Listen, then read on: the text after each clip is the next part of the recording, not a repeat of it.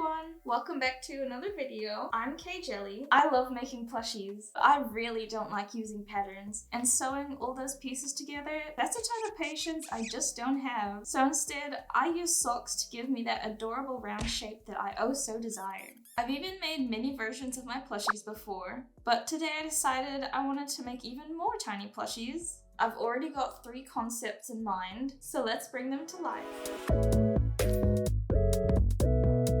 I first went through my large pile of socks to make sure I even had all the colors to make the characters I wanted. And let's say I had to use every little inch of fabric I could get. I probably should have checked before going into this that I had the proper supplies. In any case, I found what I needed. I always like to sketch down what I'm going to create first. We've got Jelly, our little jelly bunny mascot, Nia, who is quite obviously based on a Neapolitan ice cream, and lastly Maybel, who with her name is a little sweet pea fox and might be my favorite one of all of them. Now for the plushie prep. I wanted to make all the plushies bases alongside each other so I could make sure that the size is consistent. I first start with the heads, and that just involves shoving a moderately sized portion of stuffing into the end of the sock. I'm bringing in my previous mini plush for size reference. Yeah, that's about the same. Once all 3 heads have been stuffed, it's time to trim the sock and sew up the heads. Ugh, I always hate threading the needle. Anyways, for this sewing technique, I used a drawstring method so that it all pulls into one small closing and keeps the shape round. I begin stitching in and out, and once it's done, I pull it closed, and just like that, we have a ball. Yay!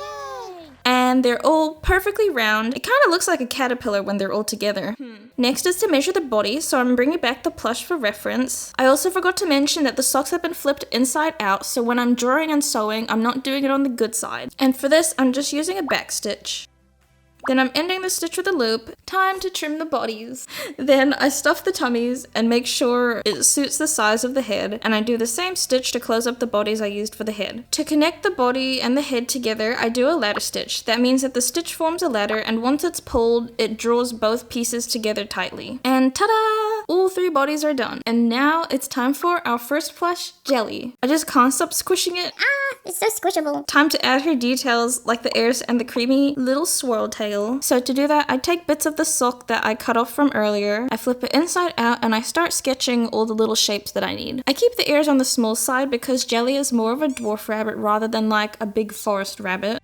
And it's always best to sew an inch away from the line you drew so that the shape actually shows up once you finish sewing it. Once both ears are done, I cut quite big squares so that when I'm flipping it inside out, I can just use the extra fabric to fill the ears in. And before I sew the pieces in for good, I make sure that the placement is correct and doesn't look awkward, and then I pin them down and then I sew them. Nice. On to the little paws. I didn't really have anything small or round in shape to use as a template for the paws, so I just grabbed the closest thing to me, which was my pins, and I was quite surprised to find out it actually was the size I wanted. Then I used it as a template to trace onto the fabric to make sure that they were all the same size, and instead of cutting the thread, I used it to then connect it to the body with a ladder stitch so then it's less likely to fall off. Then I repeat the same process for the rest of the paws. For the cream, I place the fabric near the butt so I can see how big I'm making the tail instead of guessing, and once I sew it and stuff it, it's ready to attach to the body. These are pretty simple shapes, thankfully. And onto painting, I'm just using fabric paint. For the paws and the eyes, I decided to paint with puffy paint, so I used a piece of felt fabric for the eyes and traced on the desired shape I wanted. Then I flipped it onto the other side so that I can paint on and then the pen doesn't mix with the paint. For the paws, I'm using a dotting tool, which makes it a lot easier for the paint to stay in place. I tried making it look as though the paws were hearts, but I don't think that really showed up very well. Alas. They're still very cute beans. It's quite hard to paint on textured fabric. And lastly, for the tail, I used a flat brush to get the long type of sprinkles, which was a lot easier than if I used the dotting pen, then it would kind of be like super messy. Why did I touch it while it was drying? Anyway, after gluing the eyes on and adding the little shinies, I then added the keychain part, and that's just a jump ring and then like a little keychain hook. And she's all finished. What do you all think? She's a super simple design, but I just love the theme of the jelly and the sprinkles and the cream. I feel like it's very me. Next plushie is Nia. Here's a little refresher of what she looks like. I'm gonna start by adding her brown fur. I didn't have enough brown fur, but if I did, I could have made the body and head out of brown fur, then added the tiny details of white, but we're doing it the hard way today, so once I'm happy with where all the brown is placed, I then pin it and sew it with a blanket stitch. This fabric is very forgiving, so you won't notice it in the final plush. And for all the little body parts, I have a lot of sewing to do. We've got a big tail, 2 fluffy cheeks, and 2 ears. After sewing all the pieces onto the head, you can see that the exhaustion is Starting to get to me. but I persevere. Making these plushies was fairly easy, but it was so time consuming. It took me 3 days. Anyways, I'm adding a bit of darker fabric to the tippy top of the ears and doing the same to the tail. I love adding more color to a character. I just feel like it gives it so much personality in my opinion. And I also did the paws exactly the same way I did for Jelly. And now it's time to add her pretty little bows with some minky fabric. As usual, it's good side to good side, and I'm using a ruler to keep the line super straight. Otherwise, if I did it freehand,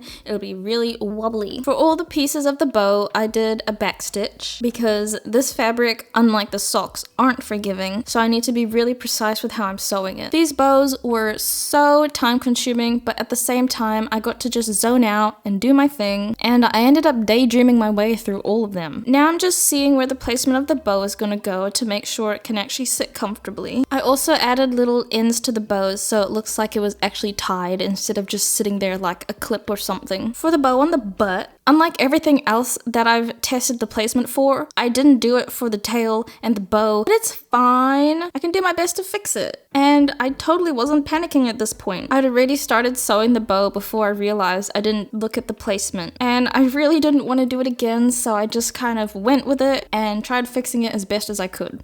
Just look at her huge bows. It's like 90% of her body. Now to add her eyes and her paws, I didn't want the paws to be too detailed, so I just painted them with black, and I left the eyes as like a nice chocolatey brown to really match with the Neapolitan theme. And then I add the eye shinies and the keychain, and she's all complete. I just love the contrast of the browns and the pastel, and how big the bows are adorable. And now onto the last plushie, Maybel, the sweet little fox who can also fly and has bells all over her body. I used the longest piece of sock I could find because she's gonna have a lot of big items, like a big tail, big ears, and big fluffy cheeks. So I needed as much real estate as I could get. After I pin them in place so they don't move, I backstitch all the pieces and then cut around the line as usual. And then I check the placement of the ears once I stuff them, and I just love the shape of the ears already. It's so cute and so big. And once I'm done sewing the ears on, I then add some yellow accents to her ears as well. I made her long tail, then stuffed it and measured it against her body. Nice. Then I added the little yellow tail tip and letter stitched all the parts onto the body and onto her wings so she can fly. I'm using the same type of felt fabric that I do for the eyes, and I'm just leaning it against the body so I can kind of guesstimate how big I want the wings to be. And I'm gonna do 3 different rows of feathers. I didn't really have a plan for cutting, so I just went for it. And it actually came out pretty good. And then I did a double row of the yellow so that I could then fold it so it covers the front and the back of the wing. And then I just added a quick back stitch onto the top of the wings to keep it all together. And once I sewed that onto the body, I then added a tiny little piece of the sock fabric over the wings to cover any ugly seams. Now she wouldn't be Maybel without her lovely little bow and bells. I followed the same steps as I did with Nia and made the bells the same way as the paws. I won't attach the bow just yet because it'll get in the way of me painting the paws, and I don't exactly want to get brown paint on this lovely pastel blue bow. For her eyes, I gave her lovely little lashes and tried to make them as fox-like as I could, so very narrow and slanted. And for the paws, I wanted to go with more of like a light brown rather than a pink because I felt like that matched the yellow tones more. And I used the same color for the mouth. Oh, oops, don't mind that blue dot on the eye.